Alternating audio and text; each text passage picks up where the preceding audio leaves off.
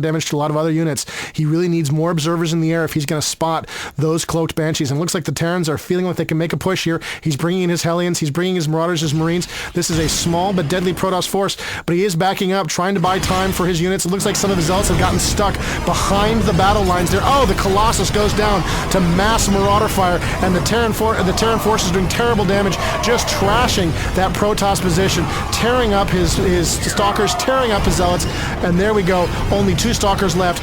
Both go down simultaneously to some great micro by the Terran player. It looks like that proxy pylon, which has been so great for the Protoss player throughout the game, is finally going to go down. That's right. And over here we do see a couple Stalkers. They're looking to pressure that the Terran high ground expansion, because they know that your enemy getting free minerals is never a good thing. Yeah, absolutely. So he's going to move in here and see what he can do, but there is a Banshee in play.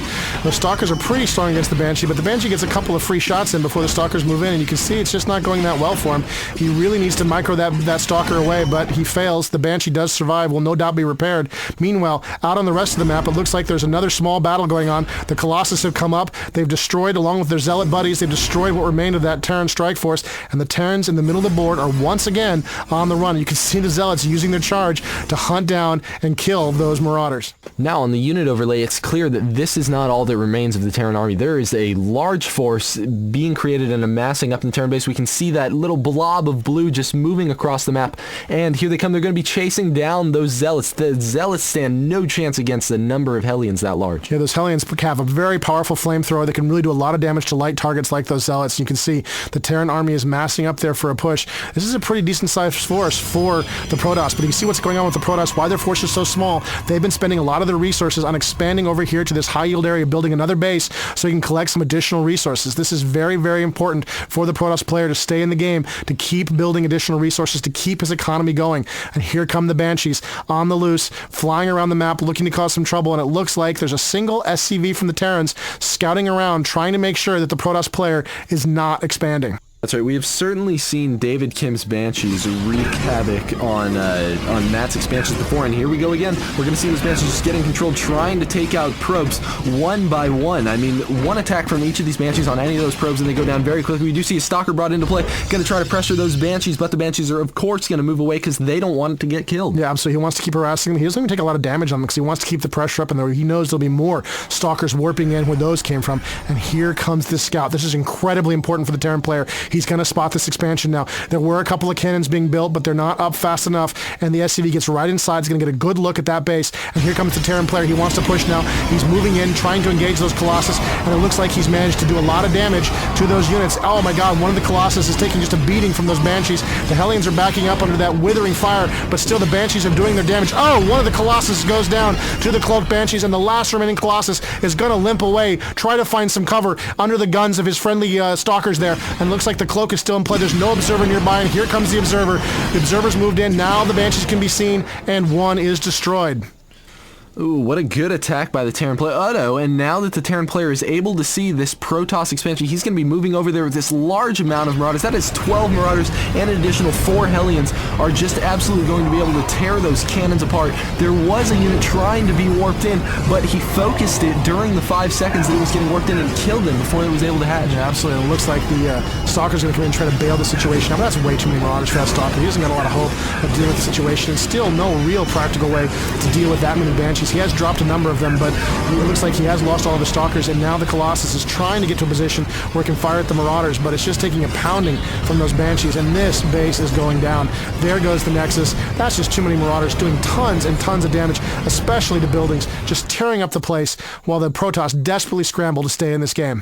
Now, meanwhile, the Terran is just going to build another expansion. He wants to keep this one up, so he's just going to build another command center and take it on over to his natural expansion. Yeah, and it looks like here come the Banshees in once again. Now, there's not actually a lot going on back here. Most of the probes have already left. They've moved off to other areas to resource, so those Banshees are going to do some damage, but not a lot. Meanwhile, at the front of the Protoss base, the Terrans are pressing in. The Protoss don't have a lot on the field. You can see they're not producing almost anything. There's only 3 Zealots being warped in right now compared to the large number of forces being created by the Terrans. And here come the workers moving out, trying to engage these Marauders. He's got to drive these Marauders away. Here comes some Zealots tearing away at the Marauders, and the probes are moving in, fighting off as well. The Marauders are backing up, firing a shot, backing up, firing a shot, trying to kite these units away, trying to get as much damage as they can get in before they're brought down. They just need to leave this force as beaten as they possibly can, because right now David Kim is just trying to maintain the pressure while he continues production. We can see his resources are doing amazing. I mean, right now Matt Cooper's falling behind because he's using all of his probes to try and harass that the Marauder force. And there go the probes back to production. Not very many left. It looks like he's got a couple of Zealots in play. He's very carefully trying to battle out against these Marauders. I don't think the Zealot's going to survive. It's going to be a very close battle between these two. And the Zealot wins narrowly with 17 hit points remaining. The Zealot is the victor. A very small victory for a very, very troubled Protoss player. Wow, and David Kim is actually doing even better than we may have thought. He does have another expansion down in the bottom left of his base and has this huge, overwhelming force moving across the center of the map to seal the deal. Yeah, and here is the trouble coming in for the Terran player, a huge force of Hellions and Marauders. There's really nothing on the ground that can stand up to this. He needs some air forces to deal with it, but he doesn't have them, and here comes the last of the Protoss defenders, desperately trying to stem the loss of life. He rushes the workers in, but those Hellions with a perfect counter, they tear through those workers and cut them all to pieces. This has really got to be the end of the game for the Protoss player. He's in a lot of trouble here. He's lost, and there's the GG. Matt Cooper conceding the game. Good game, he says, to David Kim.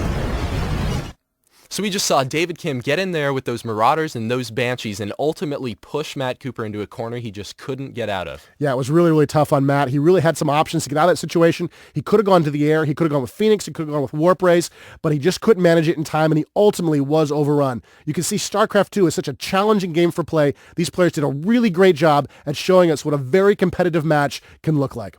Yeah, what a great game. Thanks for joining us in this StarCraft 2 Battle Report.